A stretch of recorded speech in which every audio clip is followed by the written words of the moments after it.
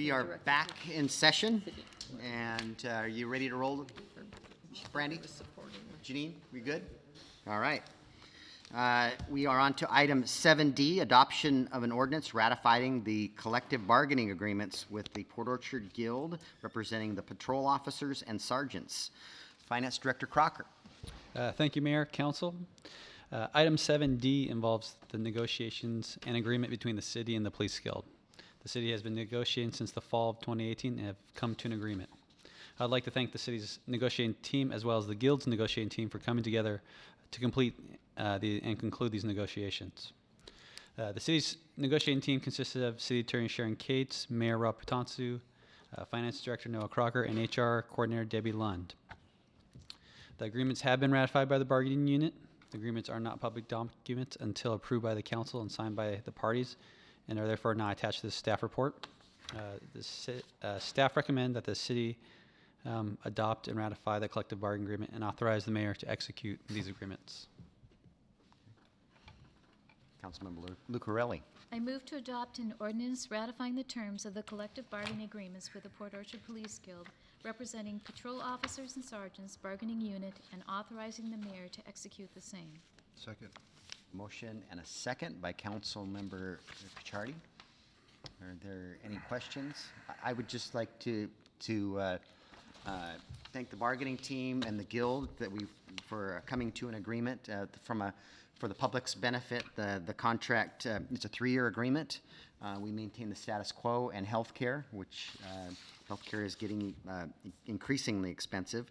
And the wage increases, first year is 3.3, which is the CPI, and that was provided in where is that sourced, Noah? Well, actually, the first year for 2019 will be 3.5. 3.5. Years 20 and 21 will be CPI. CPI, that's correct. So 3.5 the first year. It was CPI and with collars of 2 to 4 in the second and third year. That data was just released here in the last couple of weeks for the first year, which is 2.3. So in 2020, that will be the wage adjustment, and in 2021, it'll be the CPI with those collars. So that's the financial aspect of the contract. So with that, there's a motion, a second. Any questions for Noah or myself on this matter? Beck, you look perplexed, or? Well, I just came up with a question, but it's technical, has nothing to do with my ability to approve the contracts. Okay. All right. Feel free to ask us your question later.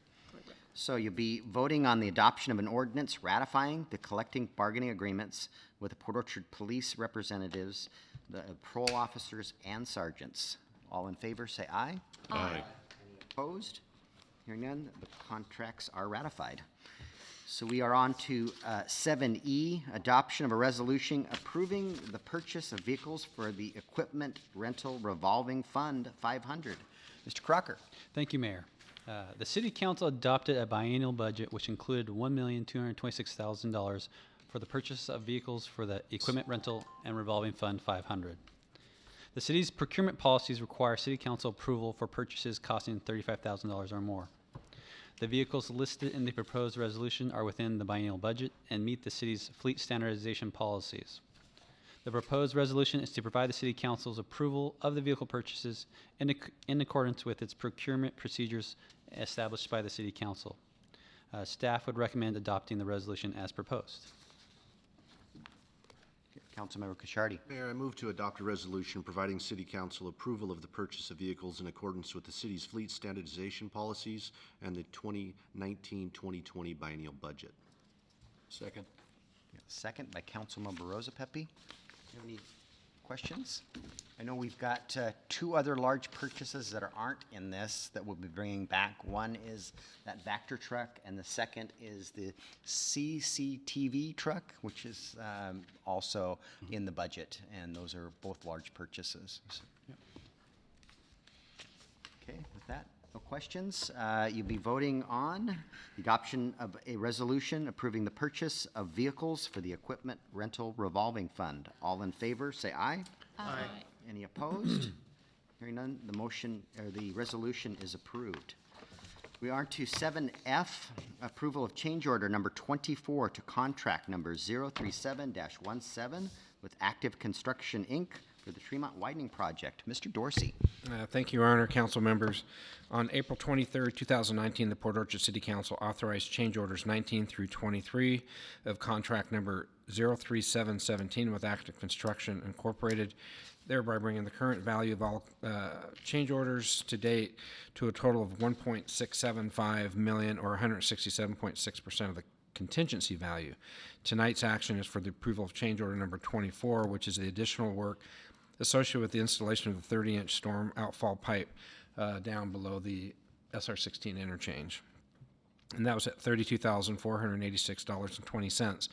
Approval of this change order brings the current value of all change orders to date to a total of $1.708 million, or 170.8% of the contingency value. The city CACM team and the contractor have updated the cost to complete value at $1.2 million over the contingency value, and the city has now secured an additional $1.3 million in supplemental funds. Staff recommends the City Council authorize the mayor to execute change order number 24 with Active Construction in an amount not to exceed $32,486.20. Councilmember Chang. I move to approve change order 24 with Active Construction in an amount not to exceed $32,486.20. Second. Second by Councilmember Ashby. Questions for Mr. Dorsey on this project? We're close. Cutting the ribbon next week. All right. With that, you'll be voting on the approval of change order number 24 to contract number 037-17 with Active Construction, Inc. for the Tremont Widening Project. All in favor, say aye. Aye. Any opposed? Hearing none, the change order is approved. We are to our final action item of this evening, which is the approval of the July 9th, 2019 council meeting minutes. Mr. Mayor, I move to approve the council meeting minutes from the July 9th meeting as presented. Second. And a second by Councilmember Clausen, and I will have an abstention by Councilmember Cacciardi. So, all in favor of approval of the July 9th council meeting minutes, say aye. Aye. Any opposed? And one abstention.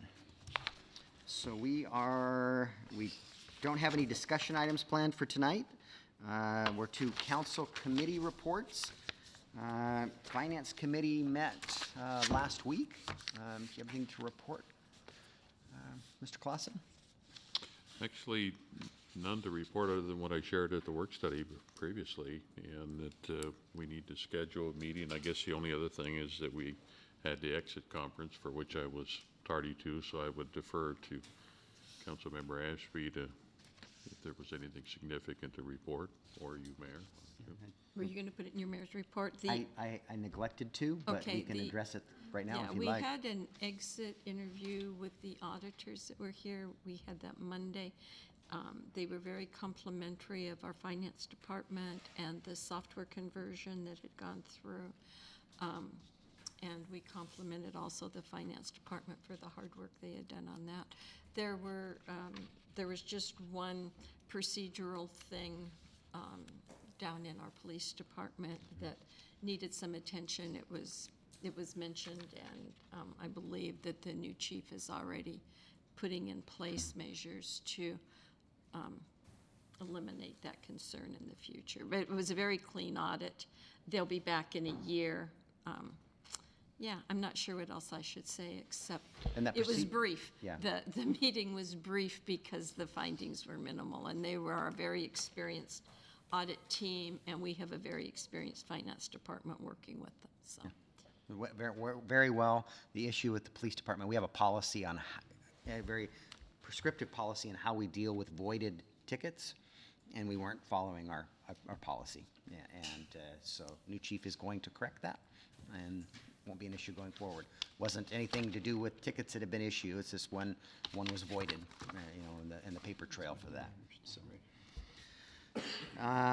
Economic development and tourism. So finance should try to get their calendars together maybe here this evening before time gets away from us and plan that next meeting. And Economic Development and Tourism is, I don't believe you've met, and your next meeting is scheduled for August 12th, I see here. Right, whatever the second Monday of the month is, 9:30, council chambers. I had mentioned I will not be at that meeting, and we are looking at possibly moving that. Okay, Okay, so more to come on that issue. yeah. Okay, so looks like that date could change. Utilities hasn't met, and I see that their next meeting is August 19th. Is that still correct? That's right, 9:30 a.m. here at City Hall. Perfect. Sewer Advisory is August 14th. 6:30 here at City Hall. All right. Land Use has not met. Have we determined a date yet for that meeting? Yep, I think it's August 25th, 26th 26th. at 9:30 in the morning. And right. that will count as the September and August meetings, so no September meeting. 26, 9:30 at DCD. Okay, perfect. And Lodging Tax Advisory? Nothing yet. Nothing to report. Chimes and Lights. August 19th, 3:30 here at City Hall. It's always Christmas. It is. All right. Outside agencies, I've got one thing to report. We had a Housing Kitsap Board meeting today. I was the lone vote not in favor of the sale of the 550 Madison property. We've agreed to sell two pieces of property. We had an offer of $2 million on the 550 Madison property on Bainbridge Island. There was a very good article in yesterday's newspaper about that issue. I felt that we took a $250,000 haircut to get to the deal that was approved today.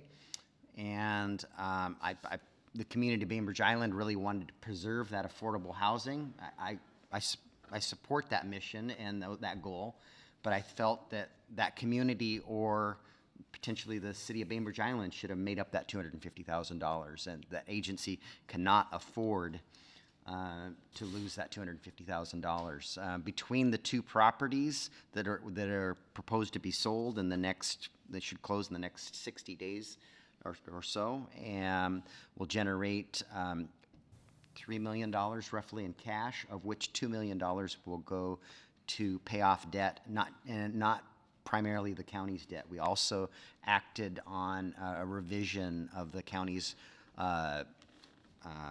loan agreement to exempt these sales from that loan agreement. And how it was modified, the Housing Authority has a number of homes out there, and we're going to go through a repositioning process to turn those homes into, instead of subsidized housing, they would be turned to vouchers. So those people could take their vouchers and live in that home, or take that voucher to another property. And it's very inefficient to manage and maintain houses scattered throughout the county for a housing authority, and I support that repositioning. I think it's a good idea. And as folks get those vouchers and move out of those homes, it will allow Housing Kitsap to sell those properties. And there are enough properties in that in the portfolio, and over time, maybe by 2050 or so, with that $18 million owed to the county could be repaid. So I voted in favor of the amendment to the loan agreement. I voted against the modified purchase and sale of 550 Madison. So, but the majority rules, and we need to move on. That's it for me for outside agencies. I think we're to mayor's report. We have the Tremont celebration next Friday, 1 o'clock. Actually, about 12:30 is when you should probably try to show up, and a little bit of a socializing, and Farmers Insurance, the agency there on Tremont, is very excited to have this project behind them, as we are, and they are hosting hot dogs and a cake and refreshments down at Bethany Lutheran Church.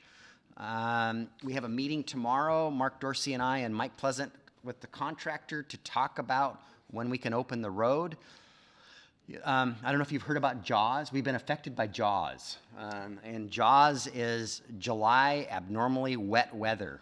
this is a real thing, and if you noticed, we got a lot of rain last week, and the activities that we have remaining are related to putting paint on the ground, and it's tough to do when there's moisture in the air or on the ground. So I'll have a better idea tomorrow when we're possibly going to open the road. I think it could be ahead of our ribbon cutting, though, and I'm reluctant to give dates until the contractor gives us a date. So, well 13 update. We've completed the soil logging. We should be reporting back on the data and what that well can potentially produce and where the screens need to be located in the next few weeks, probably to the utility committee first and then to the full council. Plastic bag ban. I believe the direction we've got was to mirror the county's ordinance, which I just got that today.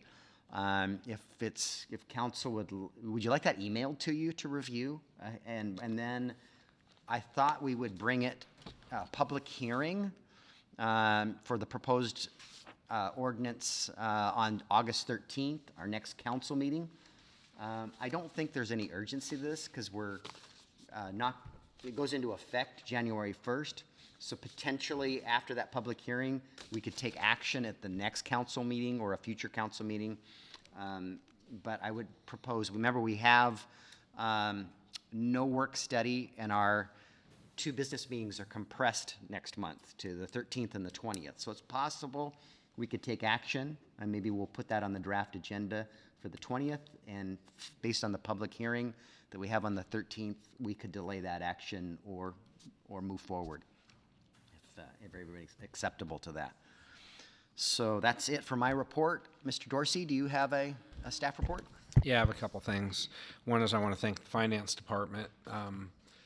This is the first I heard that Public Works didn't have an issue with the audit, and we had both Bay Street and Tremont for 2018 audited. So for a federal single audit, I'm like, whew. So thank you, Noah, and your team. Remember, though, we were auditing 18. 2018, and we did a lot on that project in 2019. So we're not done auditing that, but Right, but you we're are doing to be commended, you and your staff and the Finance Department, for having a clean audit on the biggest project in our city's history. So, and we did everything the same in 19. So, you know, anyway, that's great news.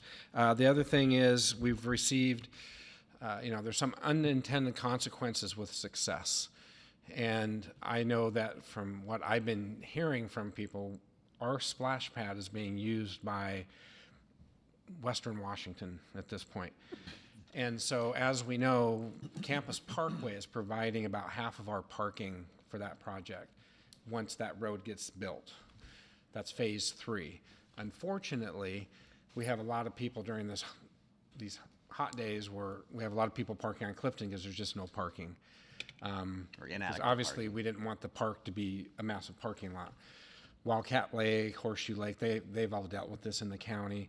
So we're going to be bringing this to the next land use committee. And, we need to look at some potential options. It's everything from we actually fill in that ditch and provide some on-street parking and a sidewalk. That's nothing budgeted. I haven't talked to Noah about this yet. I'm bracketing it. We Finance director's drilling holes in the back of your head right now. I'm just saying our options are from doing something significant to get some on-street parking there to things like reducing speed limit and flashing, but you still have people walking up the side of the road. Probably the safest issue and the most unpopular decision is going to be to put no parking along that area. It's only a seasonal. I'm just saying we're going to talk about it at land use, but I think we need to be responsive to the issue because the last thing we want to do is have a situation. So to be continued, but I just wanted everybody to know that we are looking at addressing the concerns. And if I can back up to the mayor's report for just a second. Brandy, you got some pictures. I forgot about this. I had the privilege of, at a charity auction, I bought a small airplane trip, and I got to do that this Saturday. Took most of the afternoon to recover from that small airplane ride, but my wife loved it a great deal. We went and landed on Lake Cushman. It was a seaplane, and we flew over Tremont at about 1,500 feet. So we've got, that one's kind of upside down. Rotate that. Yeah, There you go. they were just, it is spectacular from the air. And so I printed copies of this for you, and there it is. Can't wait to get it open. So, sorry about that. Mr. Crocker, you have anything to report? Thank you, Mayor. Just one item. I know at our last study session, we talked about bringing the affordable sales tax resolution of intent to this meeting. The mayor and Councilmember Ashby attended the meeting, and they thought it'd be better to wait until the August meeting, so we did do that. So it'll be on the August 6th agenda, just as an FYI. Also, I do want to speak to the audit. This was a great audit, clean audit. There were 2 items on the exit level, and remember, there's different levels of severity. So an exit item is the lowest of the lowest levels. The next would be the management letter before you get to the finding. And so generally in every audit, you're going to have something of an exit item. It's something to work on, something to do, something easy. So we are pleased that there's just 2 small, minor process procedure things that we could complete. Other than that, it was a great, clean audit from Public Works through Finance all the way through. So that was really great news. Okay. Thank you. Mr. Bond? Just to add to the splash pad discussion, I did get a call from a planner with Peninsula Parks, and they are also looking at building a splash pad, and so they're very interested to learn from us how it went, what lessons we learned, and so hopefully there will be another splash pad to distribute the demand here in the near future. And I had somebody from Paulsbo asking me about it today, so they'll be reaching out to you too. All right. So, Ms. Cates? Nothing for me this evening. Okay, Clerk Reinerson. Nothing from me either. All right, so we're done with our, to our reports of the department heads. We are to our second citizen comment period, and we thank you for being patient. If you could identify yourself when you come to the microphone. Gregory Vance Vaught, 243 Tremont Place, Port Orchard. I'm submitting this letter and a drawing to act as a residence gas station impact mitigation solution. As shown on my drawing, the city can easily alleviate the severe impact that a gas station poses to our neighborhood. The city parcels 4, TAC 016 and 015 can be swapped with the gas station owner's 001 TAC 00 parcel. This morning I met with City Planner Nick Bond and found out that we might be able to proceed with a parcel swap if the owner of the property would push for it too, and if I can get the city council to agree with it. Give that to the city clerk. She'll get it to the council. Thank you.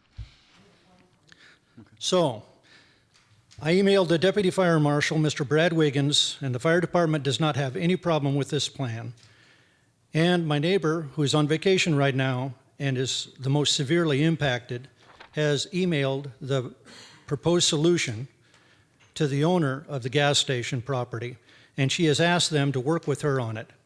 Her email, along with my email to the president of the Kitsap Alliance of Property Owners, is enclosed. And now I'm here tonight to try to propose this solution to the city. Our neighborhood has been trying to work with the city on this, and we found it virtually impossible to follow any of the city procedures because nobody who we submitted our concerns to ever contacted, advised, or assisted us in any way for all of the concerns that we raised. From the very beginning, we were not given a buffer zone that you would even give to a salmon. Everyone in our city of Port Orchard should be equally alarmed if this is the example, and if what we have here is a preview of coming attractions where the city only works with businesses, developers, and leaves the citizens out of the process. My request to get this problem put on the agenda was included in a letter that I submitted to the mayor and city council. It evidently was not approved. I have not received any response from anyone. So please do whatever and use whatever procedure there does exist to contact me and let me know exactly what your procedures are and how to best follow them. Likewise, I haven't heard anything on my public records request that I submitted in an effort to try to understand this process a little better. As I told you in my letter that I sent to you, I want this put on the record right now that it doesn't appear that the city has been of any help to the people in this area who are most adversely impacted. And please see the enclosure and the receipts of all the information that I have referenced here. And please take action on it. Thank you for your comments. Others wishing to address the council?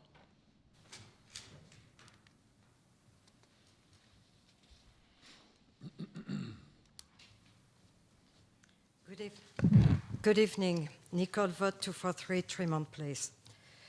I just want to show you some of the drawings that are going to come. I saw the picture that you just saw. Yeah, it's beautiful, but it's the pit of the iceberg. You need to see what's going on behind that. You're going to celebrate something big on the 2nd, and you're going to destroy also a whole neighborhood. And 11 years ago, we were warned that all of our area was rezoned commercial. And it was at that moment the planning director or the commissioner, I don't know how they call that, Gil Michael, that won us through Cindy Locarelli. She was running for the city council, and at that time she was concerned by the problem. She told us, we fought for each house to take it back. We could not do this one because this one, it was already approved and zoned differently. So we're doing a lot of research. Who bought it in 2008, turning into commercial or whatever. But putting a gas station, this is the image. If you can put it on, that would be great. Okay, so I think we were lied to, or nobody understands how the system functions. If you could make sure you speak into the microphone, otherwise we won't pick up your testimony. Oh, I don't think people understand what's going on here. There is 2 entrances in that gas station that are coming. One from Tremont Road, and it's supposed to be the delivery truck. Now, it's after the roundabout, the 2nd roundabout, which means that either you have here a tank of gasoline to dispatch, because usually for me, the delivery truck comes from the freeway. There's no way they can go through Tremont in that gas station. And the other one, the worst of it, is the exit that is 50 feet from the wall of a house. And there's 4 houses that are totally impacted by that stuff. They are not, they're senior citizens. Some of them could not come tonight. We have some others that are present here, and they are desperate. They are absolutely desperate. Nothing was put outside. Only us saw the panel where there was that mitigation with that gasoline Chevron stuff. We were absolutely taken in the blue. We had 2 weeks to answer, and I don't even understand the vocabulary that is used on those papers. The only thing we see is that there's going to be danger for all of us, and I'm sorry, but you're the leaders of our town. You're working also for us, the citizens, because Port Orchard citizens' life matters too. Thank you very much for whatever you can do. Thank you for your comments. Others wishing to address the council? Okay, last chance. And with that, we will close the citizen comment period. We have no executive session planned for this evening, so with that, our meeting is adjourned.